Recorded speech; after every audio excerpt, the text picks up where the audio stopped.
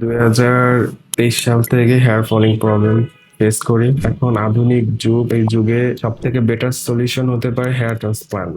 তারপর একটা certain time আমি জাকির স্যারের সাথে কনসালটেশন আসে। আলহামদুলিল্লাহ, তাদের কাজের ফিনিশিং, কাজের ধরন, কাজের কোয়ালিটি অনেক ভালো। আমি satisfied. Hair transplant is better than any other treatment.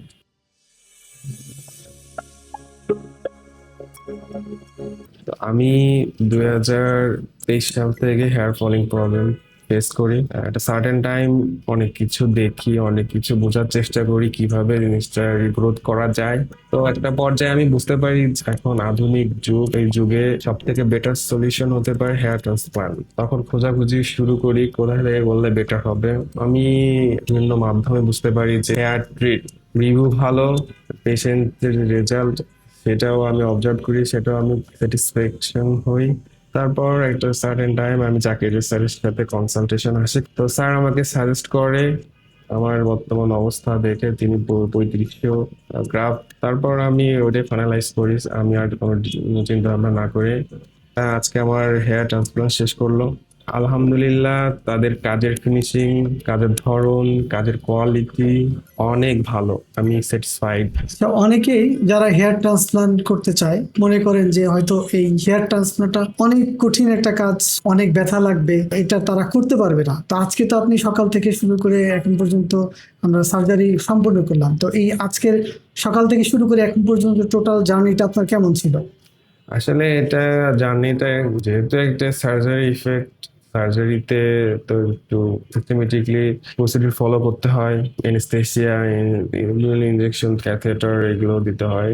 সেক্ষেত্রে এগুলো স্বাভাবিক, নর্মাল আমি মনে করি। পেইন গুলা যে মেইন যে সার্জারি গ্রাফট গুলা বসানো, এটা তো আমি একদমই ফিল করিনি। কোনো ব্যথা বা রক্তপাত আমি বুঝতেই পারিনি। Hair transplant is better than any other treatment.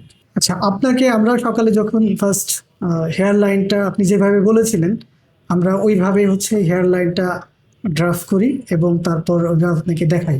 তো দেখানোর পর আজকে এখন আমরা হচ্ছে আপনার হেয়ার ট্রান্সপ্লান্ট সেম আপনি যেভাবে বলেছিলেন এবং আমাদের পরামর্শ অনুযায়ী আমরা সেইভাবে হেয়ার ট্রান্সপ্লান্ট সম্পূর্ণ করলাম। তো এই যে এখন যে রেজাল্ট আছে, এটাতে আপনার অভিমত কি? ফন্ট শেপ যেটা, এটা ভ্যারি করে। চয়েস যেমন থাকে তার বেটার হচ্ছে গড গিফটেড যে শেপটা, এটা প্রায়োরিটি দেওয়া উচিত। তাদের ন্যাচারালিজমটা আসে, চুলের গ্রোথ আপনার যখন চুল বড় হবে ওইটা দেখতে অ্যাটলিস্ট ন্যাচারাল মতো হয়। সের জন্য হয়তো বা এখানকার ডক্টররা সাজেস্ট করে।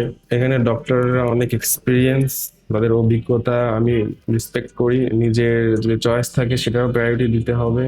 আবার যদি মনে হয় না যে আমি ন্যাচারালটা বেশি প্রায়োরিটি দেবো, তো ডক্টরটা ওটা সাজেস্ট করে ওটাই ভালো। তো আপনি আপনার এই রেজাল্ট, হেয়ার ট্রান্সপ্লান্ট এখন পর্যন্ত যে সার্জারি হয়েছে, এই সার্জারিতে কি সন্তুষ্ট? হ্যাঁ, এখন পর্যন্ত আমি ভাইয়াদের ট্রিট, কথাবার্তা, ব্যবহার, হসপিটালের যে বিষয়বস্তু আছে সবকিছুই স্যাটিসফাইড। টোটাল আমাদের এই সার্ভিসে আপনি 10 কত দিবেন? আমি 10-এ 10 দেবো। ওকে, ধন্যবাদ আমাদের সাথে ধৈর্য ধরে সারাদিন ছিলেন। আমরা চেষ্টা করেছি আমাদের কেয়ার টিমের পক্ষ থেকে সর্বোচ্চ দিতে এবং আমাদের পেশেন্টের প্রচুর ধৈর্য ছিল, এই জন্য আমরা দুইটা কম্বিনেশন করেই আমরা অনেক ভালো একটা কাজ করতে পেরেছি। ইনশাল্লাহ সামনের রেজাল্ট আশা করছি অনেক বেটার হবে। আমরা পরবর্তীতে দেখাবো যে আমাদের পেশেন্টের রেজাল্টের কি অবস্থা, আমরা সেই পর্যন্ত অপেক্ষা করি ইনশাল্লাহ। ধন্যবাদ আপনাকে আমাদের হেয়ার ট্রিটের প্রতি আস্থা রাখার জন্য। আপনাদের অনেক ধন্যবাদ আপনাদের এত জেন্টাল সার্ভিসের জন্য। ঠিক আছে, আল্লাহ হাফেজ, ভালো থাকবেন।